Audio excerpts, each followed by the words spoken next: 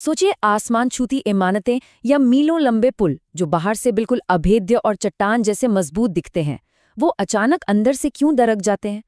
आज के हमारे इस एक्सप्लेनर में हम इसी गहरे रहस्य से पर्दा उठाने वाले हैं।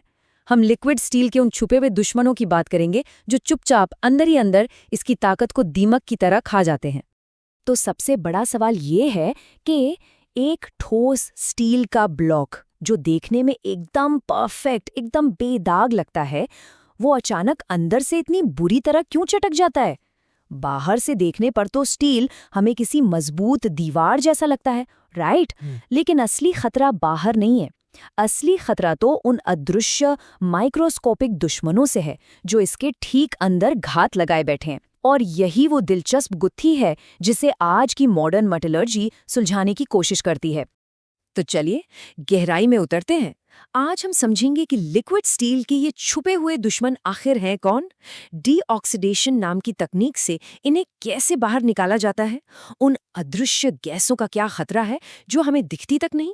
साथ ही इसे समझने के लिए हम एक बहुत ही मजेदार सोडा बॉटल एनालॉजी देखेंगे और अंत में जानेंगे उन विशाल वैक्यूम डी गैसिंग मशीनों के बारे में जो स्टील को एकदम शुद्ध बनाती हैं। शुरुआत करते हैं हमारे पहले पड़ाव से, यानी लिक्विड स्टील के वो छुपे हुए दुश्मन। और सबसे बड़ी हैरानी की बात जानते हैं क्या है? ये पहला और सबसे बड़ा खतरा कहीं बाहर से नहीं आता, बल्कि प्राइमरी स्टील बनाने की जो खुद की प्रोसेस है ना, उसी दौरान ये धातु के अंदर घुसपैठ कर लेता है। जी हाँ, हम बात कर रहे हैं ऑक्सीजन की। अभी ऑक्सीजन लिक्विड मेटल में घुसती कैसे है? मुख्य रूप से इसके 3 रास्ते हैं। पहला और सबसे बड़ा सोर्स है प्राइमरी ऑक्सीजन ब्लोइंग। असल में अशुद्धियों को जलाने के लिए हम खुद ऑक्सीजन का इस्तेमाल करते हैं, लेकिन यही ऑक्सीजन पीछे छूटकर नई मुसीबत बन जाती है। दूसरा रास्ता है हमारा खुला वायुमंडल, जिसमें 21% ऑक्सीजन मौजूद है। और तीसरा, अगर भट्टी में थोड़ा सा भी जंग लगा हुआ या गीला स्क्रैप मटेरियल डाल दिया जाए तो समझ लीजिए ऑक्सीजन ने अंदर एंट्री मार ली। अब सवाल उठता है कि ये ऑक्सीजन अंदर जाके करता क्या है? ये बनाता है इंक्लूजन्स। आसान भाषा में समझें तो ये बहुत ही भंगुर यानी भुरभुरी ऑक्साइड अशुद्धियां होती हैं। जब पिघला हुआ स्टील ठंडा हो रहा होता है तो ये ऑक्सीजन, आयरन, सिलिकॉन या मैंगनीज जैसे तत्वों से मिलकर ये इंक्लूजन्स बनाता है। और इतना ही नहीं, ये ऑक्सीजन कार्बन के साथ रिएक्ट करके कार्बन डाइऑक्साइड गैस भी बनाता है, जो ठोस होते स्टील के अंदर ब्लो होल्स यानी छोटे छोटे बुलबुलों के रूप में फंस जाती है। सोचिए, बाहर से मेटल एकदम कड़क लगेगा, लेकिन अंदर से वो बिल्कुल खोखला हो चुका होता है। लेकिन घबराइए नहीं, हमारे पास इसका इलाज है। डीऑक्सीडेशन, ये हमारा केमिकल काउंटर अटैक है। लक्ष्य बहुत सीधा सा है। हमें किसी भी तरह धातु के पूरी तरह ठंडे होने से पहले इस आवारा ऑक्सीजन को पकड़कर बाहर निकालना है। और इसका तरीका सच में बहुत दिलचस्प है। हम क्या करते हैं कि स्टील में एल्यूमिनियम, सिलिकॉन, मैंगनीज या कैल्शियम जैसे मेटालिक डीऑक्सीडाइजर मिला देते हैं। ये तत्व लिक्विड मेटल के अंदर जाकर एक केमिकल स्पंज की तरह काम करते हैं। ये बड़ी बेरहमी से ऑक्सीजन को अपनी तरफ खींचकर ऑक्साइड बनाते हैं। अब क्योंकि ये नए ऑक्साइड वजन में हल्के होते हैं तो ये तुरंत ऊपर की तरफ तैरने लगते हैं और स्लैग यानी कचरे की उस ऊपरी परत में जाकर फंस जाते हैं, जिसे बाद में हम बहुत आसानी से अलग कर देते हैं। ओके, तो ऑक्सीजन को तो हमने इस केमिकल तरीके से बाहर का रास्ता दिखा दिया, लेकिन कहानी यहाँ खत्म नहीं होती। अभी भी कुछ ऐसे अदृश्य हमलावर बाकी हैं जिन्हें ये केमिकल स्पंज आसानी से नहीं पकड़ सकते, और वो हैं नाइट्रोजन और हाइड्रोजन जैसी गैसें। अब यहाँ जो बात सबसे ज़्यादा हैरान करने वाली है वो ये है कि हमारे आसपास मौजूद हवा और थोड़ी सी नमी भी धातु को अंदर से कैसे तबाह कर सकती है। देखिए, हवा से जो नाइट्रोजन आती है वो स्ट्रेन हार्डनिंग और भंगुर नाइट्राइड्स पैदा करती है, और नमी यानी पानी से आने वाला हाइड्रोजन तो और भी ज़्यादा खतरनाक है। इसके परमाणु इतने छोटे होते हैं कि वो धातु के अंदर घुसकर माइक्रोस्कोपिक पिन होल और दरारें बना देते हैं। ये दरारें पूरे स्ट्रक्चर की मजबूती को बिल्कुल खत्म कर देती हैं। जरा इस नाइट्रोजन वाले हिस्से को प्रैक्टिकली समझते हैं। उच्च नाइट्रोजन के कारण स्ट्रेन हार्डनिंग होती है। इसका सीधा सा मतलब ये है कि धातु बहुत जल्दी सख्त और भुरभुरी हो जाती है। अब सोचिए, अगर हमें स्टील को मोड़कर डीप ड्राइंग वाले काम करने हैं, जैसे हमारे घरों में रोजाना इस्तेमाल होने वाले बर्तन, कुकर या ग्लास बनाने हैं, तो ये स्ट्रेन हार्डनिंग उस स्टील को पूरी तरह से बेकार कर देगी, क्योंकि वो मुड़ने के बजाय बीच में से ही टूट जाएगा। अब आप शायद सोच रहे होंगे कि आखिर ये गैसें ठोस धातु के अंदर इतनी बुरी तरह से फंस क्यों जाती हैं, ये बाहर क्यों नहीं निकल पाती।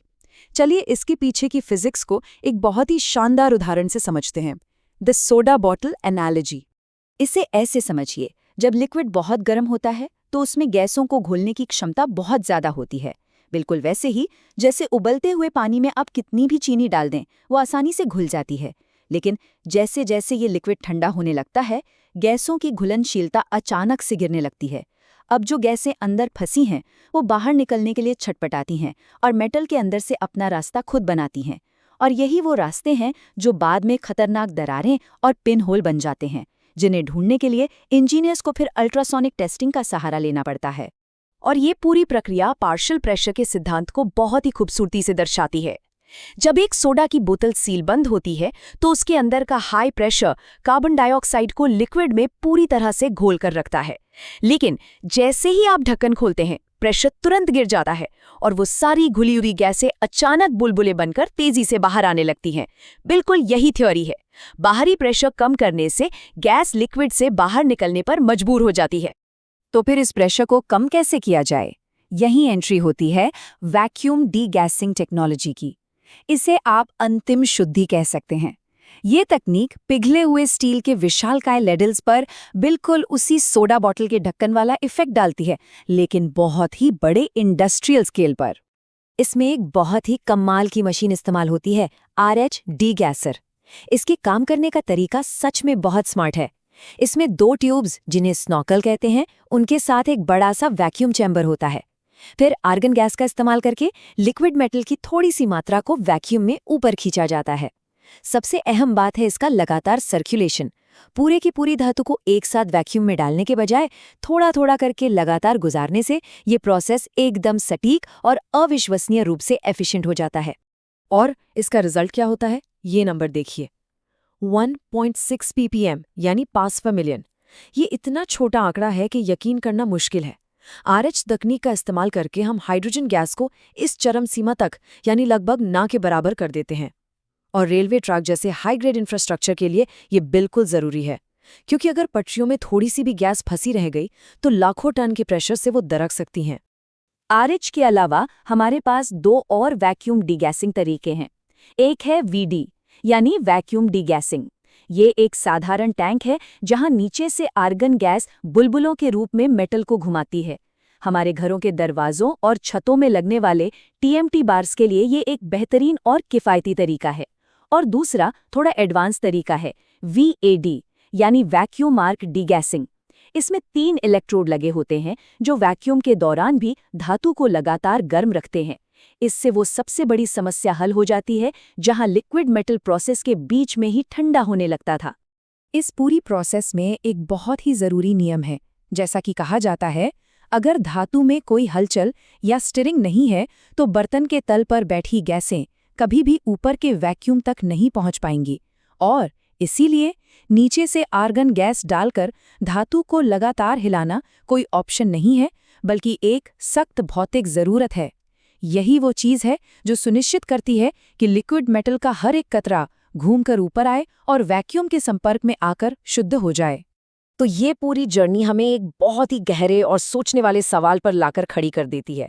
सोचिए, आज हमारी इस आधुनिक सभ्यता की गगनचुंबी इमारतें, ये विशालकाय पुल और ये मीलों फैला रेलवे नेटवर्क, ये सब आज इतने सुरक्षित रूप से सिर्फ इसलिए टिके हुए हैं क्योंकि इंसान ने पिघले हुए आग जैसे मेटल में से एक बिल्कुल ना दिखने वाली हवा को बाहर निकालने की कला सीख ली है ना कमाल की बात। ये मेटलर्जी का वो छुपा हुआ विज्ञान है जो रोज हमारी जान बचाता है। मुझे यकीन है इस एक्सप्लेनर के बाद आप जब भी किसी स्टील के स्ट्रक्चर को देखेंगे तो आपका नजरिया बिल्कुल बदल चुका होगा।